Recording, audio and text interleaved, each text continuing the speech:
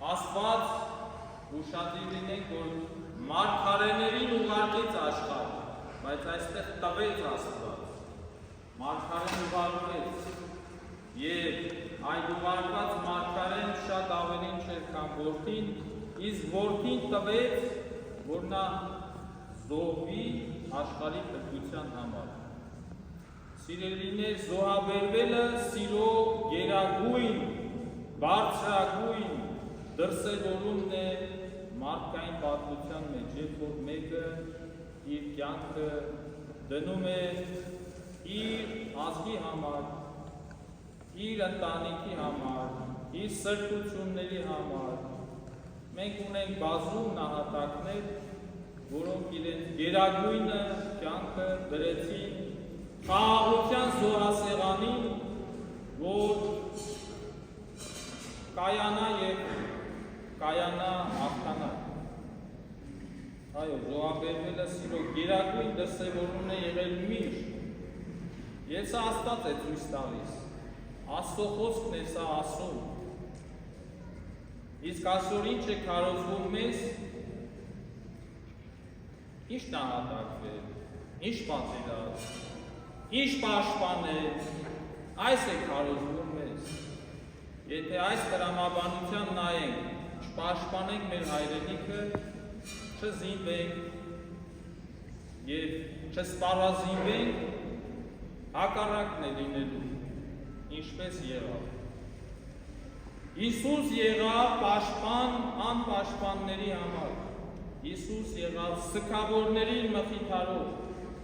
Հիսուսը եղավ տկարներին հույս եւ հոգատար հայր բոլորիս համար։ Հիսուս մեզ ոչ միայն ազատում է դժոխքից,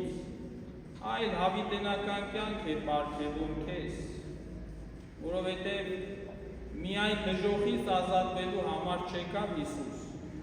առավել ևս եկավ Հիսուս, որ քրիստոնյա զավակները, Աստծո զավակները ունենան հավիտենական կյանք։ Հետաքրքիր է, երբ որ մենք տեսնում ենք ննջեցյալներին եւ նրանց շուրջը անհույս լաց լինող մայրեր, քույրեր, հարազատներ, կանայք։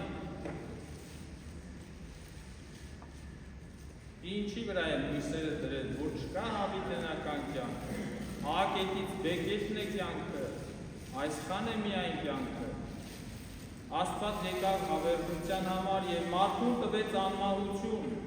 եւ սփոփում է սա սգավորներին մխիթարում։ Իսկ խաչ ելնելով Հիսուս մեր իր զավակները դարձրեց պարզապես, բարձրացրեց եւ դարձրեց իր զավակ։ Դու զավակն ես Հիսուսի, որովհետև Հիսուսը խաչվեց քեզ համար, եւ նա մեզ համար դարձավ կատարյալ հայր։ Հիսուսով մենք հաշտվում ենք երկնքի հետ եւ Հայր Աստծո հետ։ Եթե Հիսուսը այս ճանապարհով չգար եւ չնահատակվեր, հարություն չառներ, մենք չենք դառնա հաշտված Աստծո հետ։ Մեր հաշտությունը Հիսուսն է։ Մենք հաշտվեցինք Աստծո հետ, Աստծո միածին որդու խաչով եւ նահատակությամբ։ Եվ Հիսուսին հավատացողը չպիտի կորչի, չի կորչելու բնականաբար, այլ պիտի ունենա հավիտենական կյանք։ Հիսուս աշխարհ գալով նպատակ ունեցավ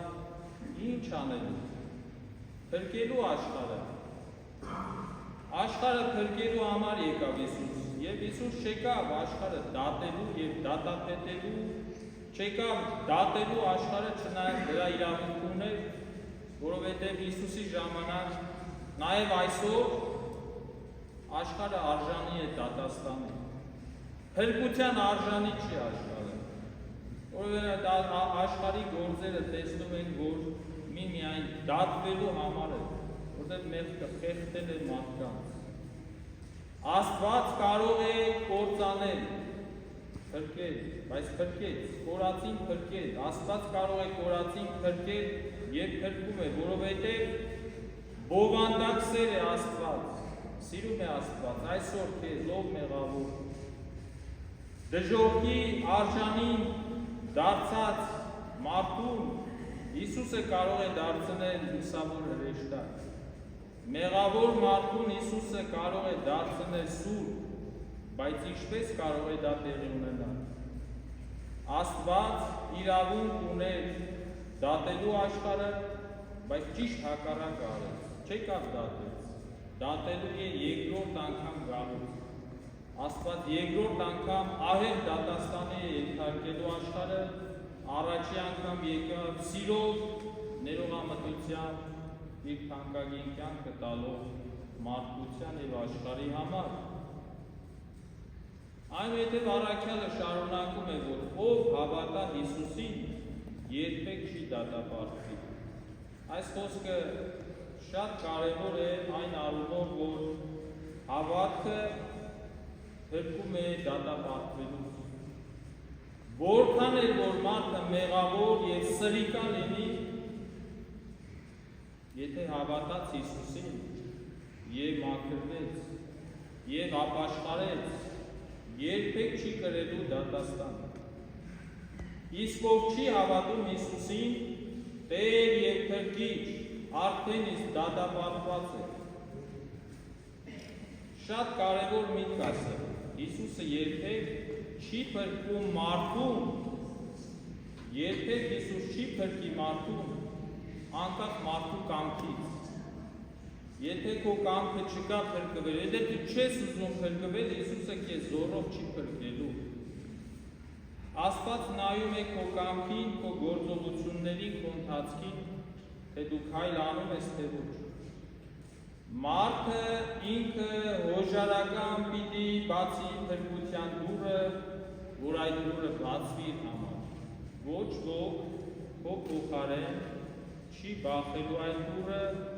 եւ չի ուզենալու քեզ փրկել, եթե դու չես կամենում սա։ Ուստի այսօր Տիրոջ մեծ ողորմությունը հայցենք բոլորիս Տեր եւ Փրկիչ Հիսուս Քրիստոսով, որին փառք հավիտյանս ամեն։